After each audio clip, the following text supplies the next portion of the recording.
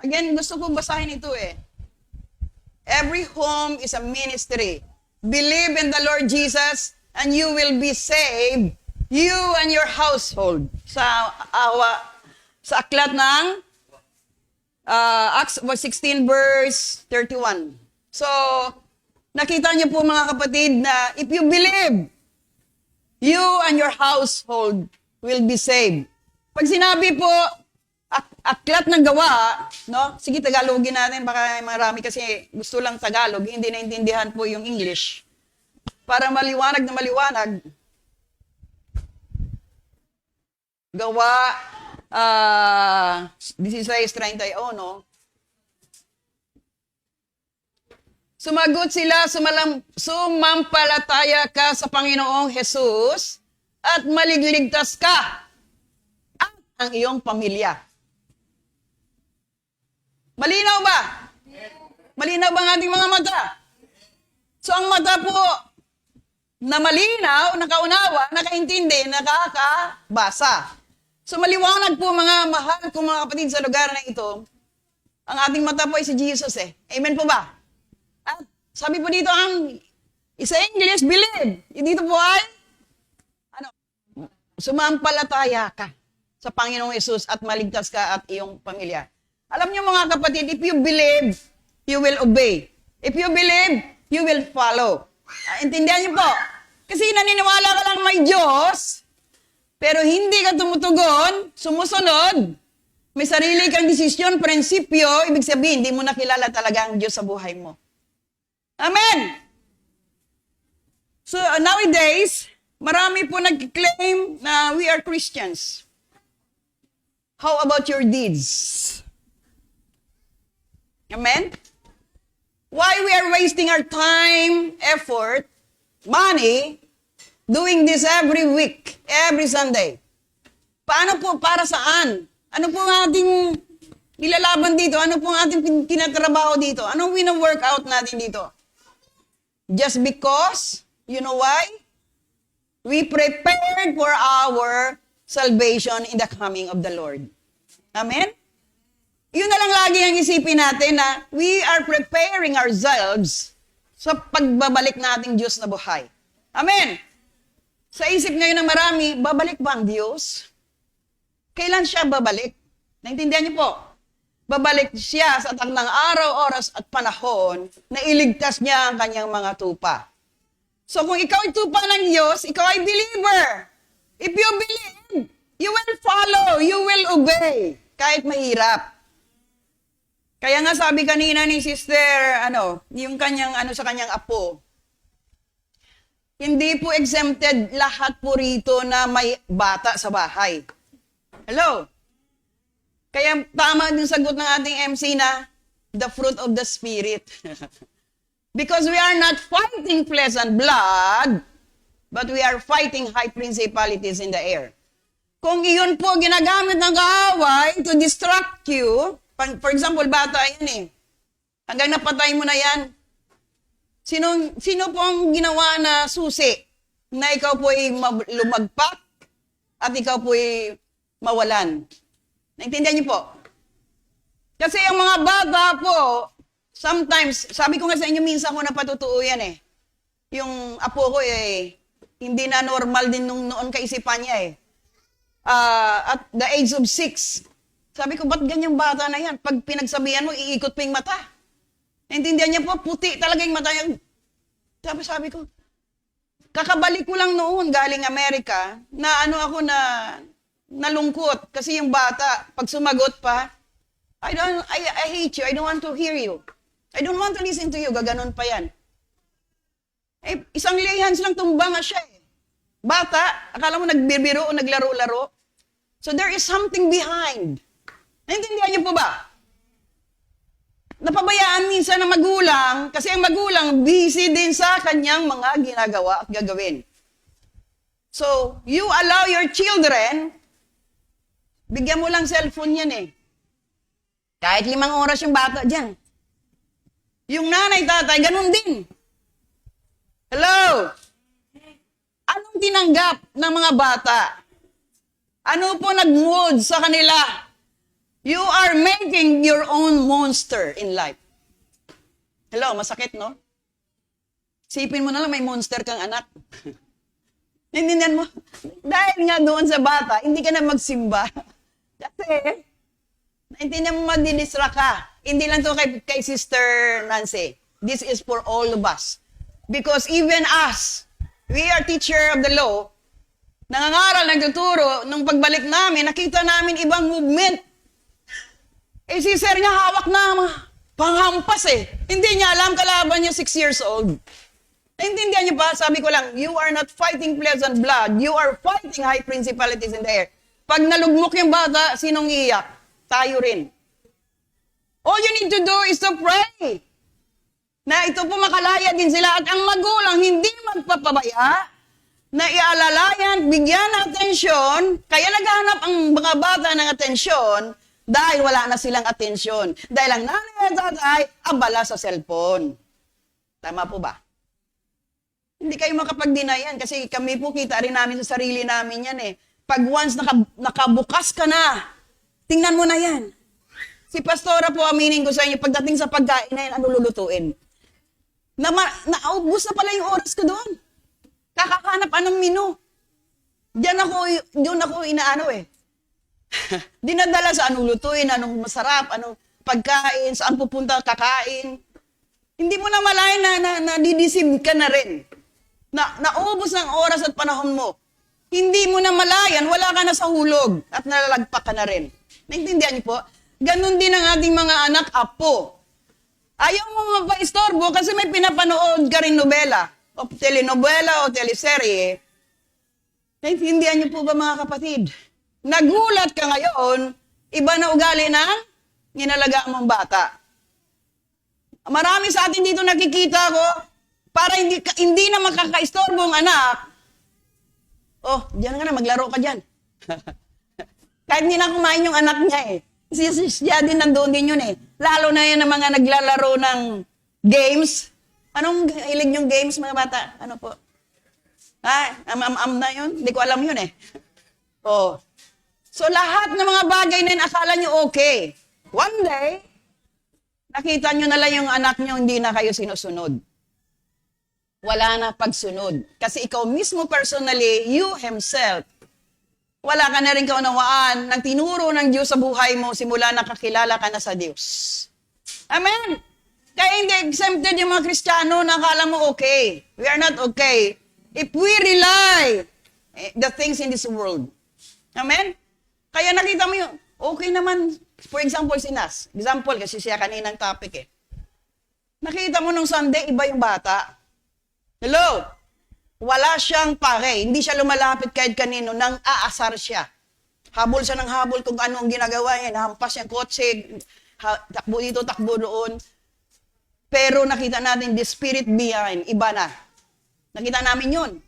Pag-uwi sa bahay, ano nangyari kay Nas? Kaya ako, Lord, ano nangyari? Anong problema? Hindi kay Nas. In family, inside the house. There is something wrong na hindi na nag-focus sa panlangit na bagay. Hindi lang doon sa kanilang pamilya, kayo din po. Hindi ko na hindi ko na babanggitin. But then, habang may oras panahon, ang bata pag hindi niyo na pinagbigyan yan, hindi na kayong masusunod. Magwawala yan at gagawa ng mga bagay, makuha ang atensyon nyo. At ikakapahamak ng buhay niya. Naintindihan niyo po? For a little while, kung ayaw niya, dahil sa cellphone, wag. Kaya mo siya mamatay sa iyak dyan. Hindi naman mamatay ng iyak physically yan eh. Mamatay na ang desire niya sa cellphone kasi hindi ka na nautusan at nasususian ng iyong anak o apo. Amen po ba? Marami pong mga bagay na nakita ko yan sa Amerika. Pag ang bata hindi nasunod, nagwawala sa mall, mga 9 years old, 10 years old, kawawa talaga ang magulang. Nowadays, ang mga bata na pong nasusunod. Ang tawag po kasi sa Amerika sa mga batang babae, mama. Ang tawag sa mga batang babae, baba. It means mother and father. Bakit ganun ang usually ang mga word ng mga Mexican? Baba, come here. Mama, come here. So, sila na po ang naging mama at papa na nasusunod doon. Kaya kawawang magulang pag nagwawala ang mga anak na hindi na ibigay ang gusto, lalo na cellphone. Naintindihan niyo po? Kaya ayaw niyo magpa-istorbo sometimes because kayo rin may ginagawa na hindi maabala. Amen? Parang wala tao dyan. Hallelujah. Kaya glory to God. Amen? Kaya hindi lang po, isang po lang, I praise God for the life of Sister Nancy. Kasi nandun yung acceptance na nandun yung totoo siya nagsasabi ng kakulangan, kahinaan, kamalian. Tayo po dito, marami po tayong hypocrisy pa. Kala na okay tayo, pero hindi tayo okay. Amen po ba? Kamusta ang ating mga kabataan dito ngayon? Kamusta ang mga young people? Salamat, Brother John Lloyd. Because mayroon pang nagli-lead sa Panginoon na sa mga tao dito. You open the doors for the kingdom. How about other brothers and sisters here? How about our heart to God? Hindi po ako pwedeng mag-control ng puso isipan ng anuman o sino man. Ako rin po, pinipilit ko sa Diyos, minuto, oras, panahon na hindi ako mahiwalay. Apart from me, you can do nothing, sabi ng Panginoon. Naintindihan po, siya ang pinakapuno. Tayo po yung mga sanga. Kung tayo mahiwalay sa puno, mamamatay po tayo lahat. So ang nangyayari sa atin, nanghina ng lamig na lulupaypay, ano po ang pinagkaabala natin at pinaka-focus natin sa kapanahonang ito? Ano pong binigyan natin ng oras at panahon sa kapanahonang ito? Na tayo po ay wala na papakinggan, wala na pong awareness, na wala na, akala natin, may apoy pa tayo, wala na. Andap-andap na, isang ihip ka na lang, patay na rin yung liwanag mo. Naintindihan niyo po ba mga kapatid? Pero hindi niyo pwede sisihin yung pastoran yung nagtuturo dito o mga ngaral o tagapagturo kung ano na nangyari sa inyo because you know everything about the Word of God. You will face the consequences in the days to come pag natili ka nagmamatigas at stubborn heart. Amen? Kaya yung sabi ko, Lord, whatever situation we are facing in the church, may pagsubok man, Panginoon, I still continue to worship you and honor you with all my heart. Amen? Worship po, hindi lamang pag-aawit sa Diyos. How our lifestyle sa harapan ng Diyos. Anong buhay mayroon tayo sa harapan ng Diyos? Ano ka sa harapan ng Diyos? Ang worship po, palinisan ng puso at katuwiran ng Diyos. Worship through giving, give your life to God. Worship through to be an example to those people na hindi pa narinig ang katotohanan ng katuruan ng Ebanghelyo. Ang worship po maging totoo ka sa harapan ng Diyos, the impartation of your life to other people na ikaw nagawa ka na ng Diyos. Amen? Hindi tayo po, ano ba yung sinasabi na sa mga pinapanood sa YouTube? Influencer. Paano ka maging influencer sa iba kung ikaw mismo the same thing sa mga tao sa mundong ito? Amen? Anong kaibahan mo sa iba kung ang buhay mo, ugali mo, behavior itself, the same to those people outside sa wala po sa body of Christ? Paano natin sila maakay madala sa katotohanan ng Ebanghelyo patungkol sa Diyos kung ikaw mismo ay hindi pa nagawa at naturuan ng Diyos? Nakakalungkot po ba, church? Amen po ba?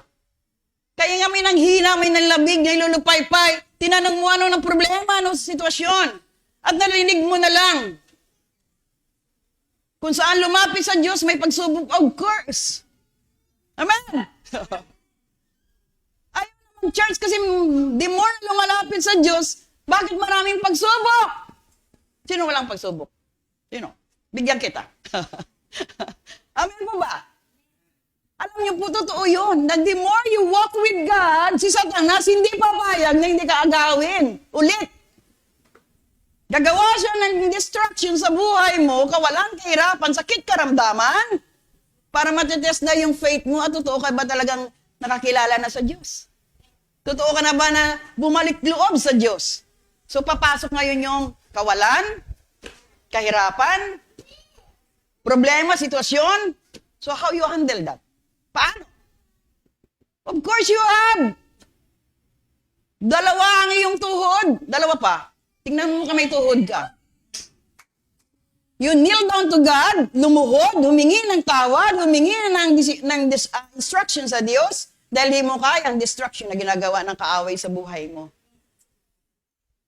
Paano mo siya tinawag na Panginoon, Panginoon kung ikaw pa rin nasusunod sa buhay mo? Amen? Tinatawag mo siya, Lord, Lord. Sabi ng Matthew, sige, balik tayo. Matthew 7:21. Paano mo siya tinatawag, Panginoon, Panginoon, pero hindi mo naman sinasabi, you believe, pero hindi ka sumusunod.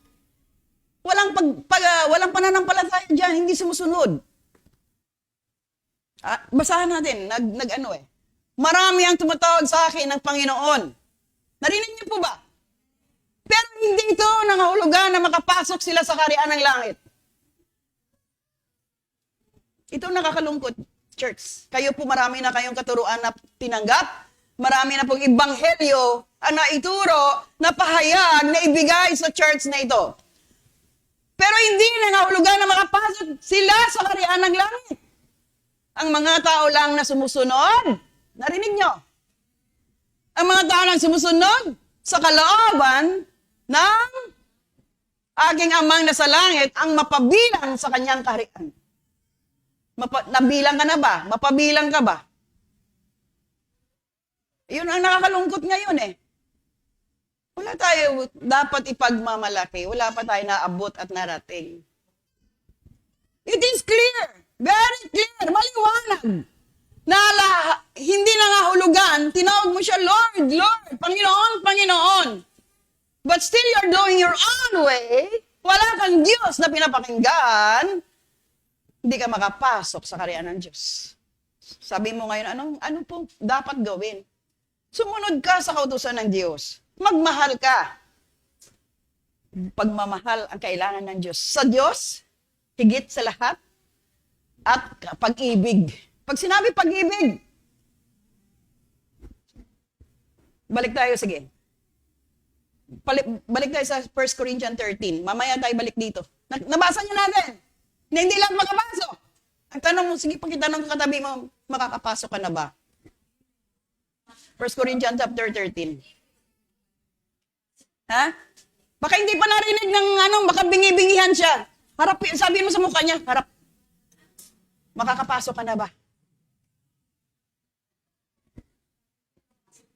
Hindi ako nagsabi ha. Nabasa natin hindi lahat. Okay. Dito tayo mga mahal ko mga kapatid dyan, mga anak ng Diyos. Kung makapagsalita man ako sa iba't ibang wika ng mga tao, ito yung sinasabing speaking in tongues, at ng mga anghel, ngunit wala naman akong pag-ibig, para lang akong batingaw na umalingaw-ngaw o pumpyang na tumataginting. Sige po, taas muna tayo sandali. Kung may kakayahan man akong maghayag ng mensahe ng Diyos sa mga ngaral tagapagturo po ito. Hello?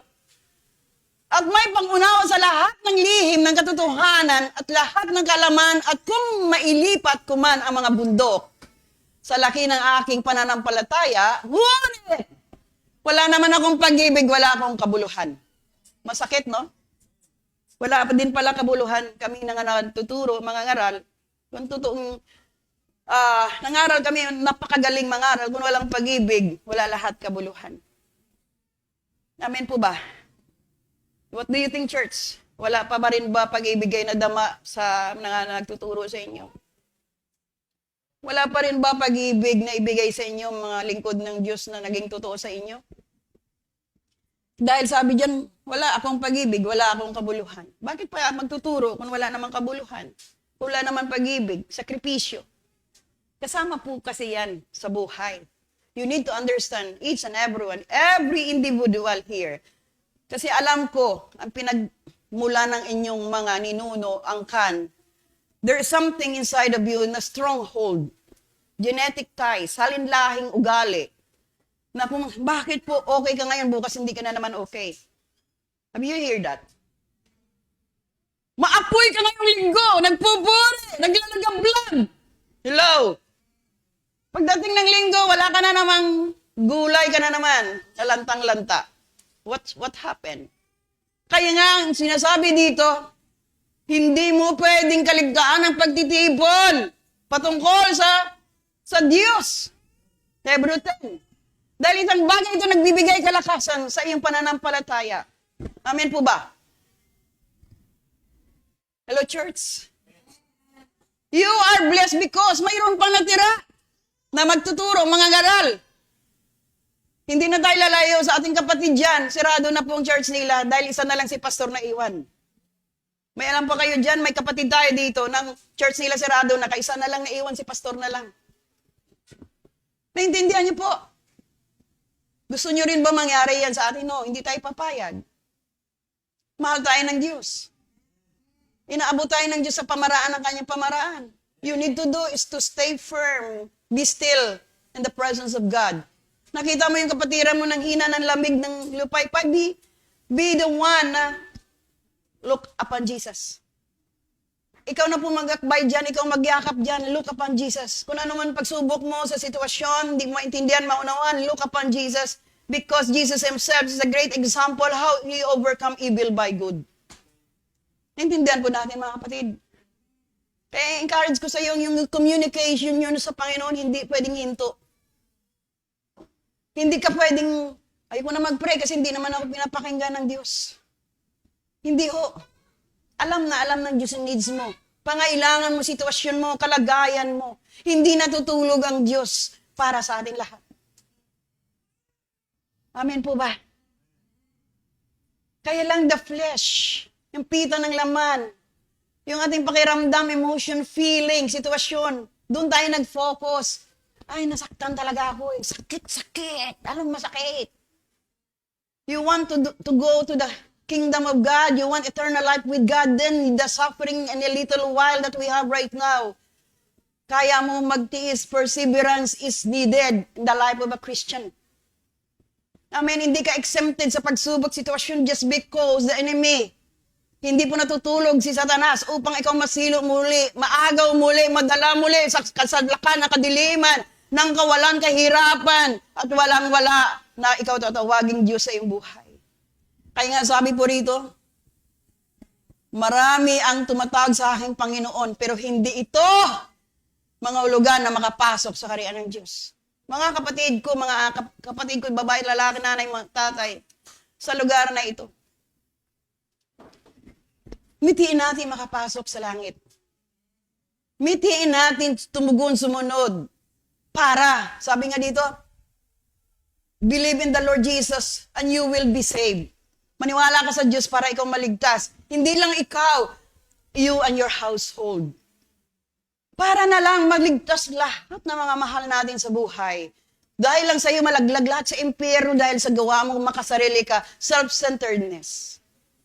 You are there to sacrifice for them. Kaya manatili, tumuloy, patuloy. Hindi tayo pwedeng huminto. Hindi tayo pwedeng maging mangmang. Hindi tayo pwedeng yung ating feelings, emotions. Anong nasaktan talaga ako, masakit. Hindi ko maintindihan. Confused ako. Ang confusion po galing kay Satan po yan. We are here to worship the Lord, hindi lamang sa awitin. In all aspect of our lives. To be a living example, to love people. Mahalin na pa rin natin ating kapwa. Kahit wala ka nang sabihin, pakita mo mahal mo siya. Kung may pagkakamali, may pagkukulang, pakita mo pa rin ang tunay na pagmamahal sa agawin mo. Hindi mo siya maintindihan, intindihin mo. Ganun talaga eh. Hello? Hindi ako makapagturo, mangaral ng ganito kung hindi ko naintindihan ang sinasabi ko. Kasi dami ko inintindi, dami ko na-overcome, dami ko rin natagumpayan. Hello? Amen po ba? Sabi ko nga sa Panginoon, salamat. Ang laki pala ng bahay ko, ngayon ko lang na naramdaman. Nang sa ibang bansa kasi, bigyan ka lang isang kwartong maliit. Bayad ka $400, $500, how much? 20 mil sa isang kwartong maliit, doon ka lang. Eh bakit may bahay pala ako? Anong sakripisyo na ginawa para lang mahubog ka rin ng Diyos? Bakit pala nandoon kami? Hindi ba allow ng Diyos yun sa buhay namin? May rejection, may accusation. Hello! Hindi ka pinapansin, nakusahan ka pa, ginawa ka pa ng kasamaan. You surrender your life to the Lord and you love these people. Money, time, and effort. But still, nakita mo pa rin na hindi ka katanggap-tanggap ng mga taong ito after all. And I ask the Lord, Lord, Jesus, you are my strength, you are my stronghold. Amen? Kahit nakita ko, naramdaman ko, wala na eh. Tapos na ako dyan eh. Overcomer. Overcome evil by good through the love of Jesus in your life. Amen? Last year, nangyari din po yan eh. Ng lamig, ng hina, ng lupaypay. Gusto ng demonyo na mawala lahat. Pero tayo, natutuo sa Diyos, hindi tayo pwede uminto. Dahil may Diyos na buhay, nagmamahal sa atin, nagbigay ng lahat ng mga bagay na iyong pangangailangan at natagumpayan natin. Amen? Whatever situation you're facing this time, pera man yan, partner in life man yan, gamit man yan, pagkakautang man yan, sitwasyon man yan, hindi kayo nagkakaunawa ng iyong partner, wala na siya palaga sa'yo, o wala na ikaw palaga sa kanya, kasama po sa proseso yun. Hello? Kaya kung pwede lang kayo isa-isahin ano ba problema talaga? Alam mo na, masarap po si Lord ang kausapin. Naintindihan niyo po ba? Masarap pong Diyos, Panginoon. Sabi ko nga kanina 3 a.m. eh. Lord, ito naman muli ako, bahala ka na ha.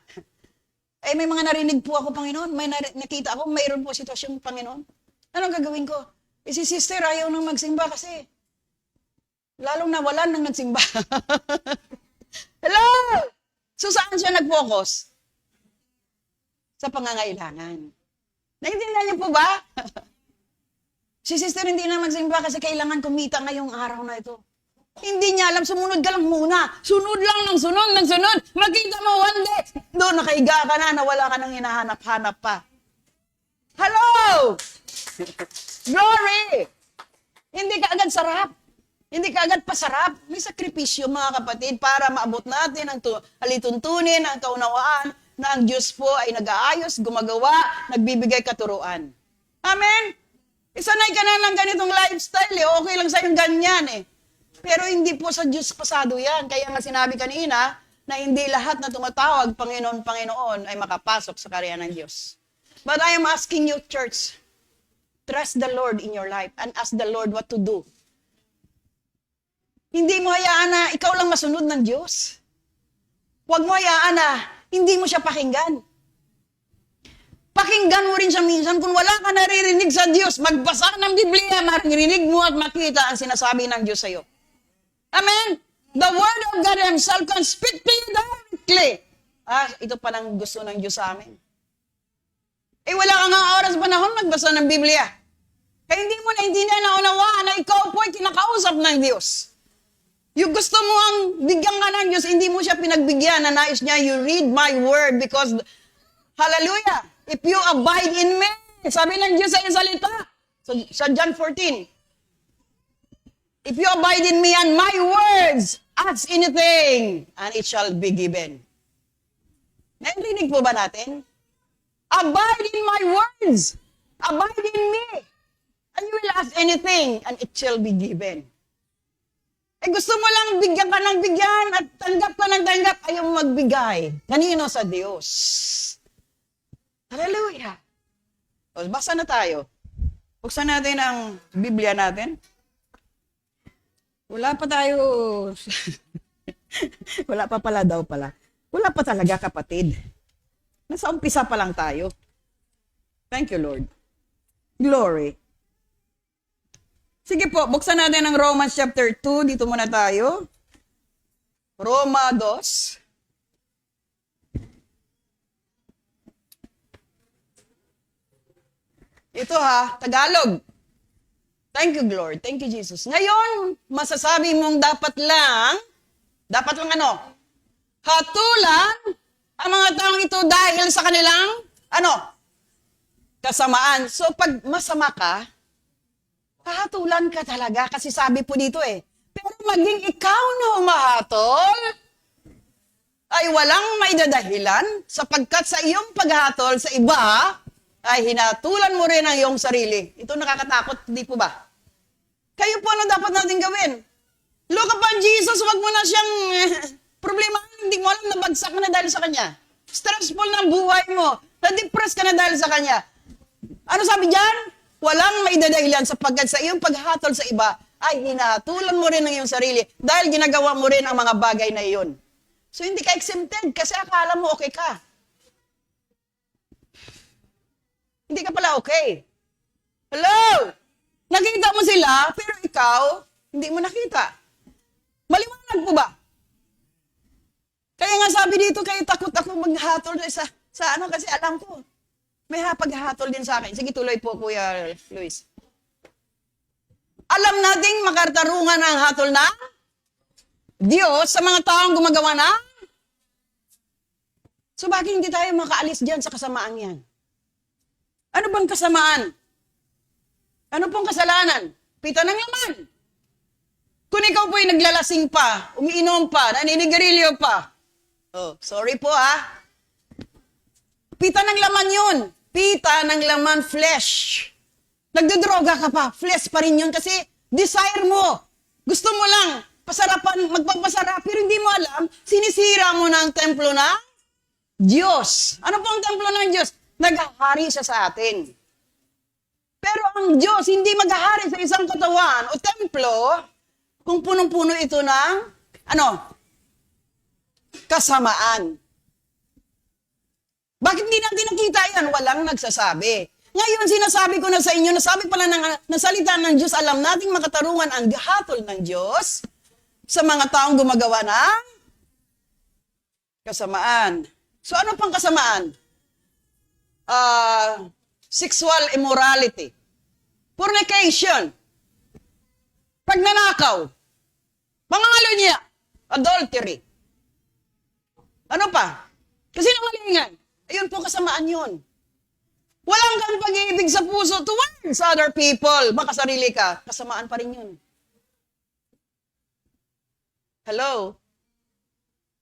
Mapagmalaki ka, pagmamataas ka, puno ka ng pag-iimbot, puno ka ng kasinungalingan, kasamaan pa rin yun. So ano po ba dapat natin matagumpayan yan? As the Lord. Hindi ko kayo kayang baguhin. Si Pastora po, human being din, tao rin. May pakiramdam, may damdamin, napapagod, nagugutom, nagagalit.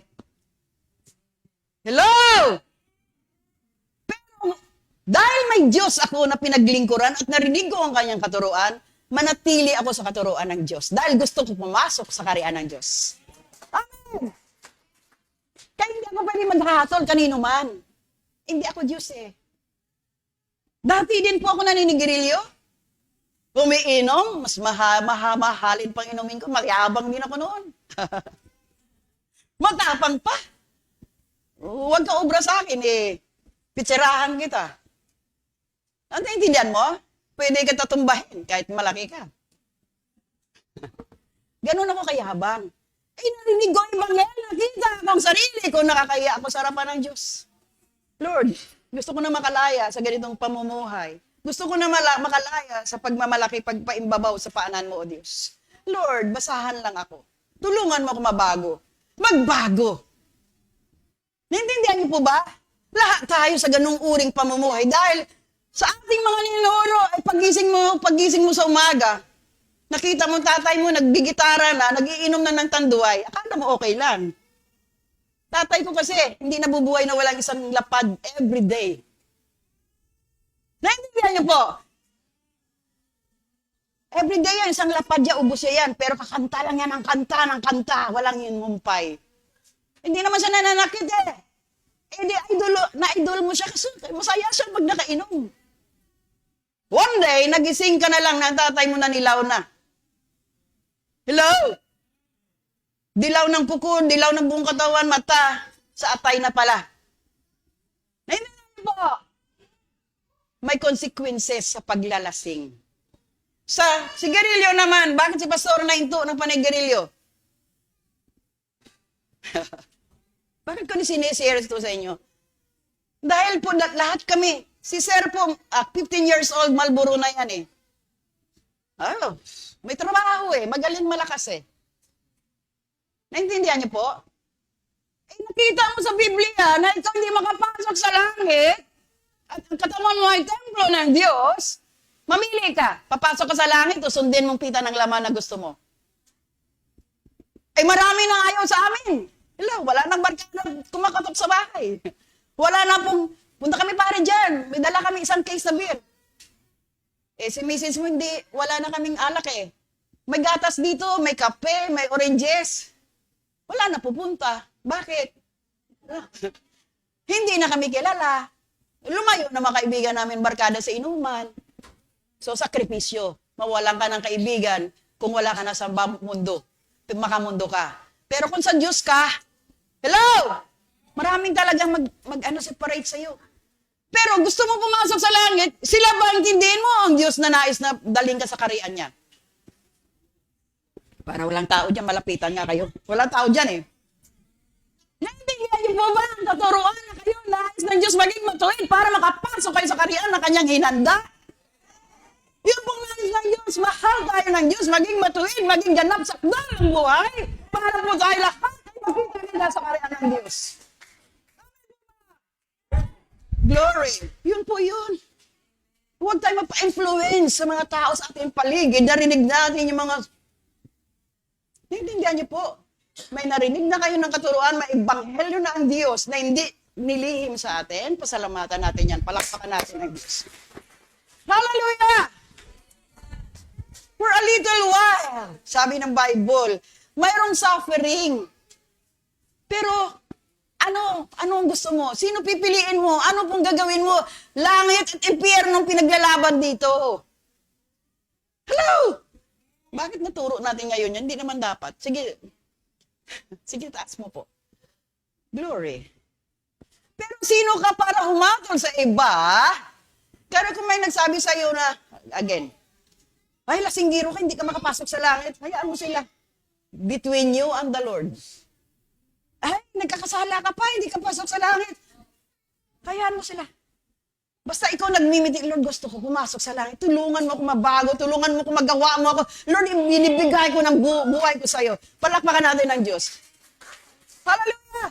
Pero sino ka para humatol sa iba kung ikaw mismo ay gumagawa rin ng mga iyon? Kaya wala kang karapatan magsaway kung ikaw pasaway din. Man pa ba? Ang akala mo ba'y makakaligtas ka sa hatol ng Diyos? Dahil alam mong siya ay mabuti, matyaga, at mapagtimpi. Mabuti na lang, Lord. Nakopya ko na yan. Mabuti, matyaga, at mapagtimpi. Alam niyo ba? Minsan pero dahil may salita tayo ng Diyos, kailangan natin maging mabuti. Ano pa? Matyaga at mapagtimpi. Amen.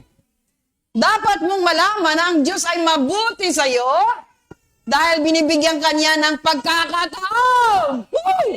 Hallelujah! Magsisi sa mga kasalanan mo. Glory to God. Pero may turo palang ganito, di po ba? Binibigyan ka ng pagkakataon ng Diyos.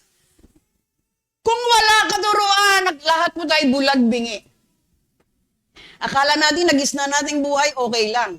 Kasi nagisnan mo yung magulang mo eh. Very disciplinary nanay tatay ko nung panahon na nila eh. Pag ikaw nagkasala, sinasako ka kag binibitin. Hello? Mayroon ba kayo na naranasan? May asin doon, load kayo. Hello? Pero nagro-rosaryo na bena kami tuwing alas 6. Naintindihan, no? 3 katulong namin. Pag nagalit nanay ko, layas kayo. Naintindihan niyo po, ganun ugali ng mga Kastila.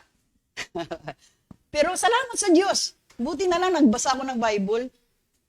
Naintindihan niyo? Dahil yung tatay ko naman, talagang religyoso. So tuwing alas 6, lahat kami nakaload na sa altar malaki. Pero chikaboy din tatay ko. Hello!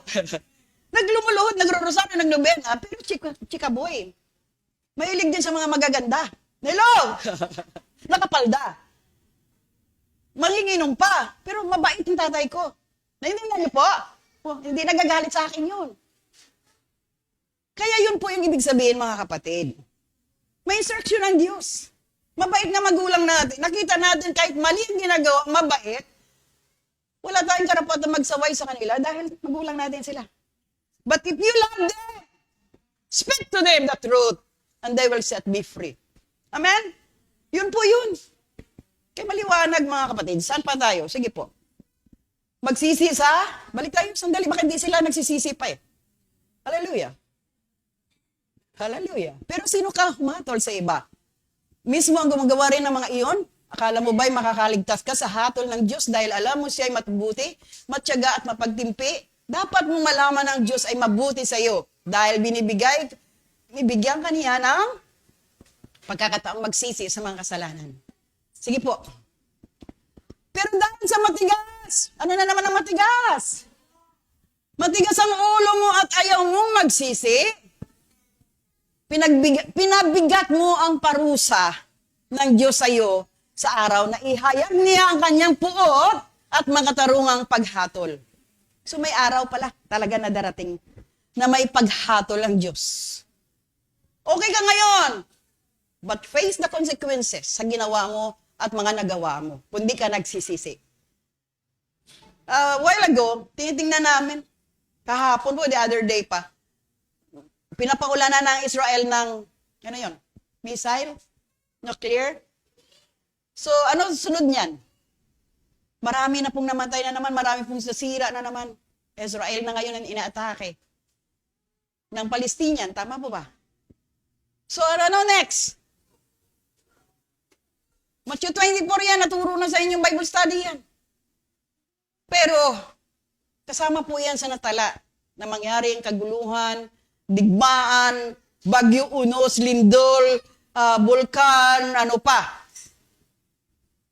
Pero, mangyari, kasi nakatala sa Biblia sa Matthew 24, yung mababasa yan. But then, what if, natutulog ka na walang pakialam sa binigay na ng instruction ng Diyos kung mangyari na sa kapanahonan natin sa lugar na ito? Hindi ko alam yun eh, na mayroon palang paghatol. Yes, there is judgment. Sige po. Sapagkat bibigay ng Diyos sa bawat isa ang narapat sa kanyang mga gawa. You are judged according to your deeds. Ano ba gawa mo ngayon, kapatid? Anong ginagawa mo ngayon, kapatid? Nagbingi-bingihan ka pa. Nagmamatigas ka pa. Ang ulo mo matigas. Wala ka pa rin pagtugon, pagsunod. Bali, wala. What if, ditong taon na to, bibigay na ng Diyos ang hatol sa'yo. Anong gagawin mo? Sisihin mo ang Diyos? So many long sermon, preaching, teaching in this place. May tagapagturo, may tagapangangaral, may Bible study, may Sunday service. Paulit-ulit. But you are stubborn and rebellious spirit you have. Hindi ka pa rin sumusunod, tumutugon. Wala kang sisihin, mga ngaral o tagapagturo dahil hindi natin tinago ang kapahayagan, ebanghelyo upang magturo o ikaw maging matuwid. Dahil sabi po dito, hatulan sa kanyang gawa ang mga anuman, sino man na gumagawa ng kasalanan o kasamaan. Huwag mo, mga kapatid sa lugar na ito, huwag mo siya intindihin ano man sinabi sa'yo. Kahit sino dyan, ano man sinabi sa'yo, intindihin mo ang katuruan ng Diyos. Na mabago ka, magbago ka. Dahil ang Diyos po kayo nilapitan, babaguhin ka ng Diyos with sincerity of the heart. Amen po ba? Pag sinabi sa amin, lumapit si brother, si sister, si pastor, si pastora, hindi ka na maligtas kasi naintindihan niyo, huwag ka makinig. Sabihin mo, Lord, tulungan mo ako mabago, magbago. Dahil one day, makikita mo iba ng pananaw mo, kaisipan, because you want to follow and obey the Lord your God. Amen? Kaya po sila, tao lang yan. Pareho lang pala kayong ginagawa eh. Sige po. Nagkakasala din sa naging... Amen! Bibigyan niya ang buhay na walang hanggang ang mga taong magpatuloy sa paggawa ng mabuti. Ito po ang ating Minimity Church. We have that eternal life with God, ha? Kung mabuti ang ating mga gawa. Sabi din po, nagpapatuloy sa paggawa ng mabuti, na ang hangad ay makamtan, ang karangalan ay papuri mula sa Diyos, at buhay na walang kamatayan. Eternal life with God. Desire church na makapasok tayo lahat sa langit. Magkita-kita tayo doon. Di ba? Masarap siguro, no? Pag nakita ka na sa langit, ikaw yung pasaway noon. Glory to God, nandito ka. Ngayon, saya-saya, may corona ka pa.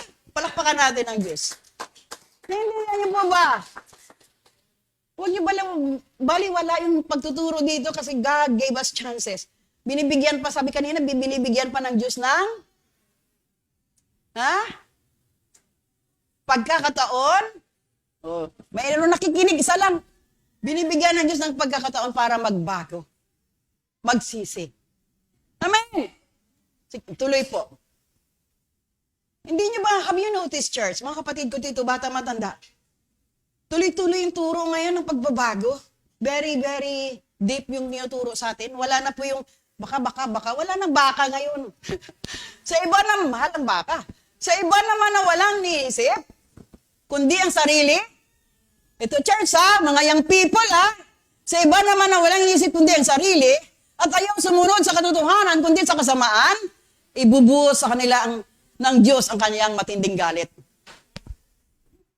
Magalit lang si pastora, okay lang yan. Huwag lang magalit. Ang Diyos. Amen! Sabi po dito, no? Sa iba naman na walang inisip kundi ang sarili, kasi makasarili, wala akong pake, I don't care.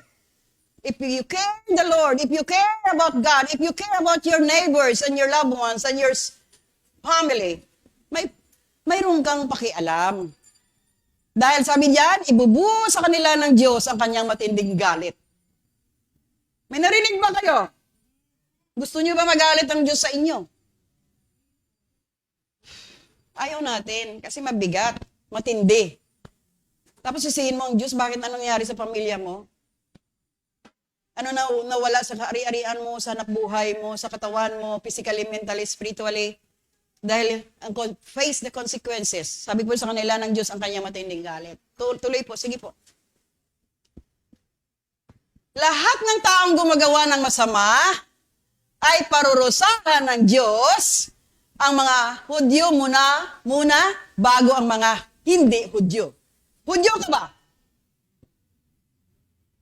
Tayo po sa English, Gentiles, sa Tagalog, Hintil.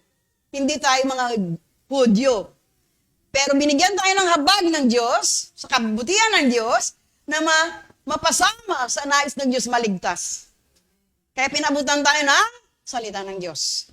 Kaya po, sinabi dito, lahat ng taong gumagawa ng masama ay pararusahan ng Diyos, ang mga Hudyo muna bago ang mga hindi Hudyo.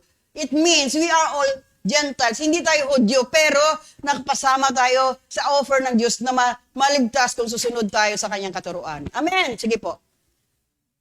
Hallelujah. Ngunit bibigyan ng Diyos ang papuri, karangalan ng kapayapaan. Ano daw bibigyan ng Diyos sa inyo? Papuri, karangalan at kapayapaan ang lahat na gumagawa ng kabutihan. Una, ang mga Hudyo bago ang mga hindi Hudyo. Biro mo, inano lang kayo ng Diyos, sinama.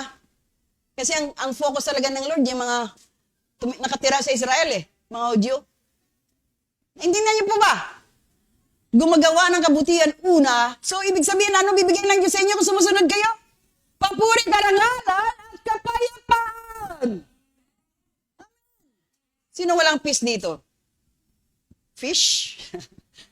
Alam ko, fish ulam nyo Fish. Fish tayo. Amen! So yun po mga kapatid. Although nagpapatawa si Pastor, mabigat ang turo Naintindihan niyo po ba? Mabigat. Ayaw natin na parusahan tayo ng Diyos at ang ating kapwa, kung mahal natin ang kapwa natin. Tulad ng pag-ibig natin sa ating mga sarili. Sige po. Taas po. Sapagkat pantay-pantay, nakikita niyo ngayon? Sapagkat pantay-pantay ang pagtingin ng Diyos sa lahat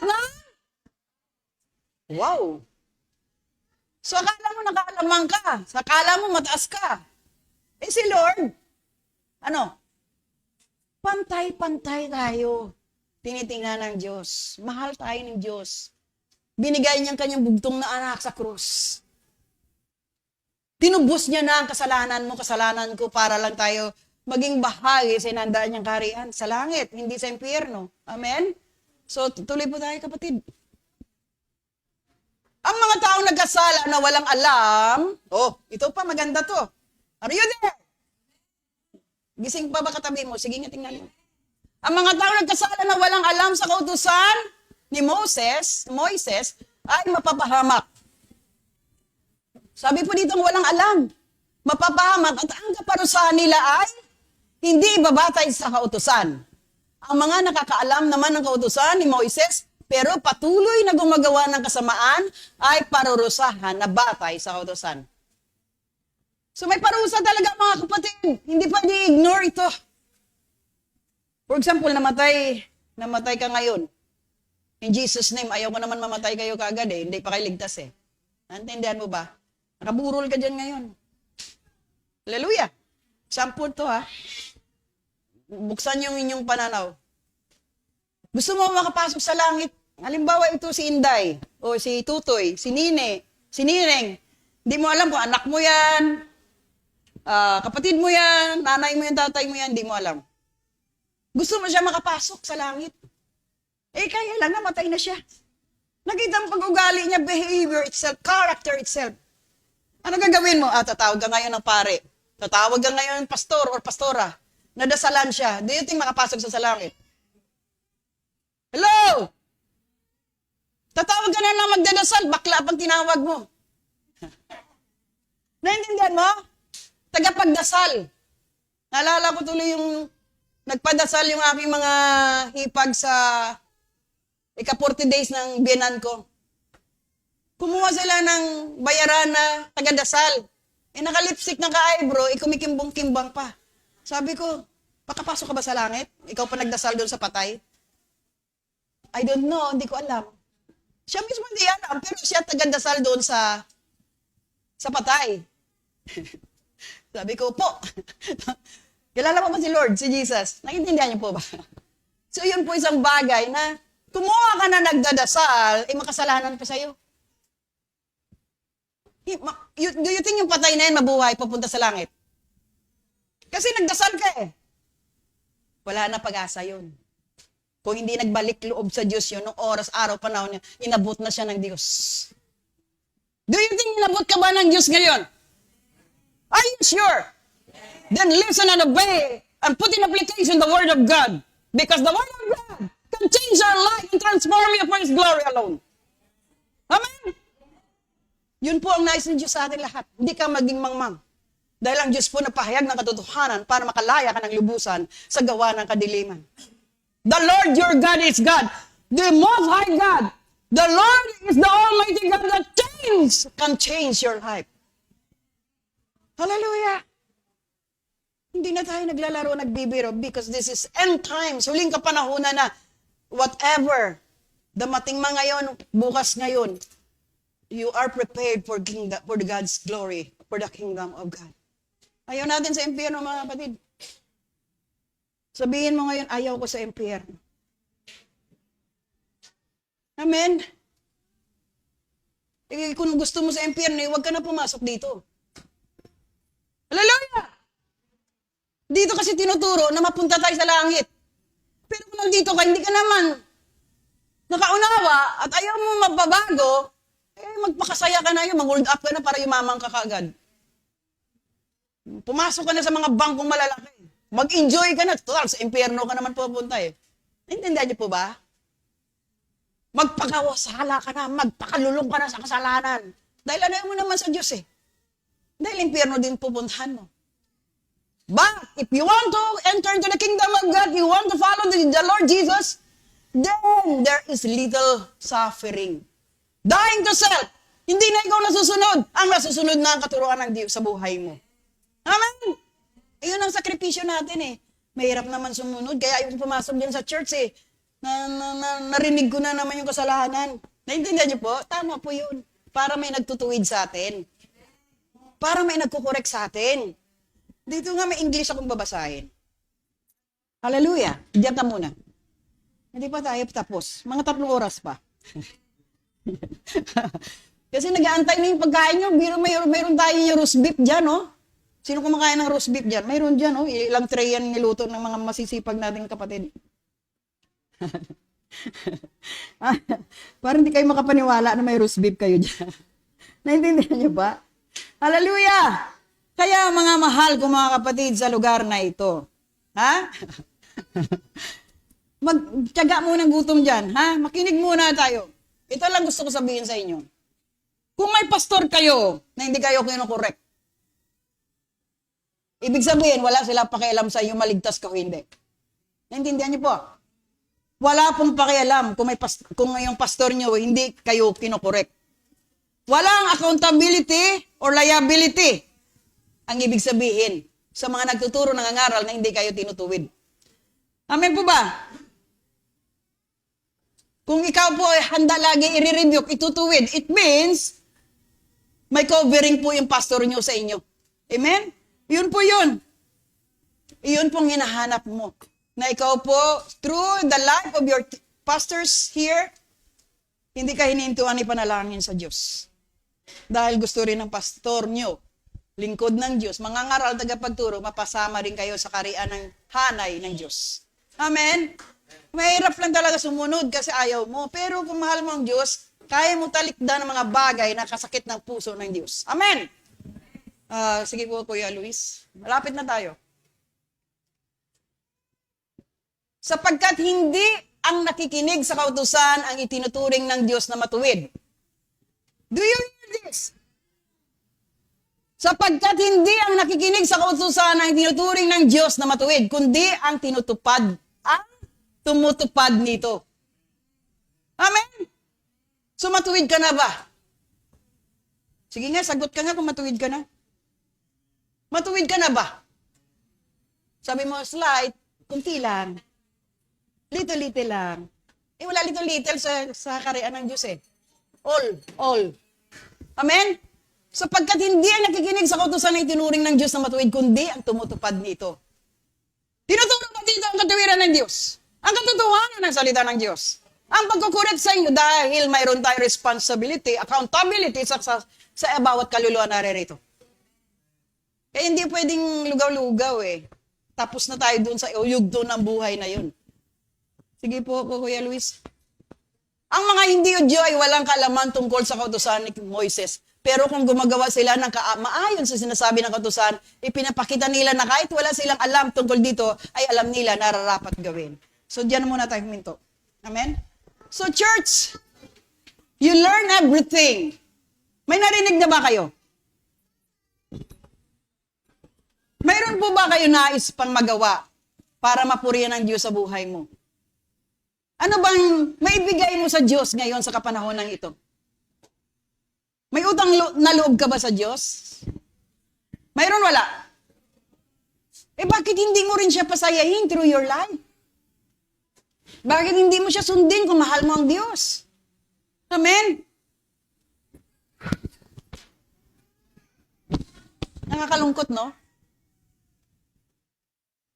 Na narinig mo kahapon, nung last few months, masaya-masaya ka, nagsasayaw ka sa Diyos, naglulundag ka sa Diyos, napupuri ka sa Diyos. Sa isang iglap, pinagpalit mo ng isang pinggang pansit ang Diyos. Sino yun? Si Jacob ba yun? Oh, di po ba? Oh, alam na alam ni Ate Lina yung si Jacob, pinagpalit yung kanyang... Amen? Huwag nyo na ipalit si Jesus sa naranasan yung biyaya ng Diyos. Amen po ba? Kasama kasi yung pagsubok. Hindi pwedeng walang tayong pagsubok kasi kung may walang pagsubok, walang pagtutuwid. Amen? Kaya nga, ganun na lang church eh. Amen? Salamat sa Diyos. I glorify the Lord in our lives. Kasi, wala naman, sinasabi, hindi naman nagmamalaki, wala naman kaming yaman, wala kaming big account, big fat account, wala po nabubuhay kaming biyaya ng Lord. Amen? Kaya, praise God, kahapon po naimbitahan kami sa isang, yung sinasabi ng lugar ng kainan po ng mga rich people. Per head, 1,700. Libre kami ni Sir. Palakpakan natin ng Diyos. Ganon talaga si Lord eh. Kasi kung ako lang, 500 lang kaya ko. Naintindihan niyo po. Sila bali walang ganon eh. Pero glory to God, naiintindihan niyo po. Sometimes the Lord knows na, kasi malaga sa akin, para sa lahat. Hindi sarili lang. Naintindihan niyo? Inalao ng Lord, anak, gusto mo bang ito na sarap-sarap ng kain mo? Oh, sarap-sarap ng lugar, sarap ng bayan. Pero, sabi ko, Lord, ayoko ng ganitong buhay. Kasi ang dami nagugutom eh, di po ba?